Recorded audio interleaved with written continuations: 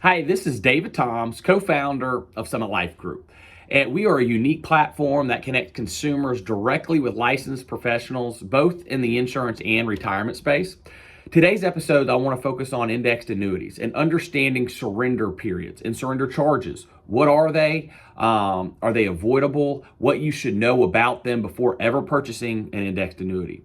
So many people who are shopping indexed annuities that we help have never heard of a surrender period. They don't understand what it is, what it's for, why it's in place. And so my goal for you at the end of the video is to have a really good understanding of the indexed annuity surrender charges. That way you can make a very educated decision to see if this is something that could be a good fit. So first and foremost, what is a surrender period? Most indexed annuities will have a surrender period, whether it's a 10-year product, a 5-year product, a 3-year product, and so on. Indexed annuities provide you upside earning potential with downside market protection. So they're a great fit for people who are wanting to eliminate market volatility, looking to create their own form of a personalized pension plan, or if they're just looking for conservative growth during good times and then, asset protection during the corrections. Now, understanding what the surrender period is will help you pick A, the right indexed annuity, and B, the length of your indexed annuity. The most common indexed annuity is a 10-year product. It allows for very good earning potential. It allows you to have higher caps, meaning higher earning capability during good times, and allows you bonus features. So a lot of different things when it comes to the indexed annuity. But what you need to really understand is, what is the surrender period? Now, surrender periods and surrender charges differ based on product and company that you're working with. So I'm going to give you kind of a vanilla version and understanding of what it is. But when you're comparing companies, make sure you understand exactly how they work. So on a 10-year indexed annuity, typically, some companies allow you to have immediate access to the money. So if you put in, for example, $100,000 into a fixed indexed annuity and you need access to your money, there are companies that will allow you immediate access. But a lot of companies require you to let the money sit for a minimum of 12 months. So let's say on January 1st, 2026, you put 100 grand in. Many companies don't allow you any withdrawals during that first 12-month period. Again, depending on the company and the product. At the end of the first year, here's what's an important piece to know. At the end of the first year, you get access up to 10%. And that's typically up to 10% per year. Now, again, many products are different access, whether it's 10%, whether it's 5%, sometimes up to 20%. But in general, most indexed annuities give you a 10% free out. What does that mean? Let's use the $100,000 as an example. Let's say you put 100 grand in and next year you need money for any reason, vacation, bills, unexpected events take place. That means if your account is still sitting at 100,000, you can get up to 10,000, which is 10% of that account value with no charge or penalty from the annuity company. Now, what happens if you need more? Say you need 20%, you need 20 grand. Well, the first 10% is going to be free.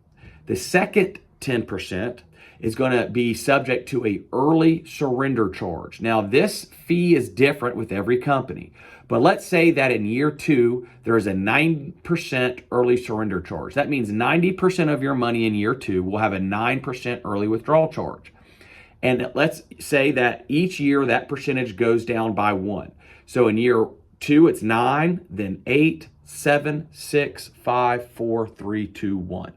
You need to really understand that if you're considering purchasing an indexed annuity, you need to have a very firm understanding of these surrender charges, because a mistake that people can make that I see, often when they're not dealing with a qualified agent, who may not do a very good job of, obviously explaining all of the benefits, but not going over, some of the fine lines like a surrender charge. So if you're shopping for an indexed annuity, number one, you need to make sure that you do not plan to need more than 10% per year for the life of the contract. The most common contract is a 10-year period. Now, there are indexed annuities that have 14 years. There are many indexed annuities that have shorter periods, whether it's a 3-year indexed annuity, a 5-year indexed annuity, a 7-year, or a 10-year. Typically, the longer the contract, the higher the earning potential, what we call caps. So let's say that you got a 10-year indexed annuity and you don't plan to touch the money, but something unexpected happens. Say that's in year 5. If you have $100,000 and that indexed annuity has a surrender period that decreases 1% per year, that would mean if you need $50,000, well, your first $10,000 is going to be free, no penalty, but the rest of the money, so the $40,000 additional dollars that you need, would be subject to an early surrender charge. And in the example that I used just now, if it was in the 5th year and call it a 5% early surrender charge, that means your first $10,000 is free. The $40,000 that you're taking will have a 5% early surrender penalty.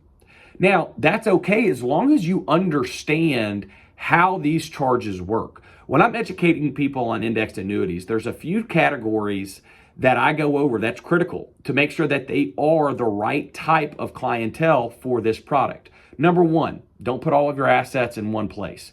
It's good to diversify. Number 2, if you are wanting to protect your assets, figure out what is a proper amount. You want to leave money liquid in the event that you need it in an emergency. What I tell people every day is anything that you put inside the indexed annuity, the number 1 goal, depending on the product, let's say they want a growth-oriented indexed annuity, the number 1 goal is to not touch it for the life of the contract. So let's use a 10-year indexed annuity. When I'm helping someone understand, okay, is this the right product? Great. We understand that you want market protection. We understand that you're not planning to access the money for the life of the contract. But in the event that you do, what are your options? We make it crystal clear that people understand you can get up to 10% per year penalty free.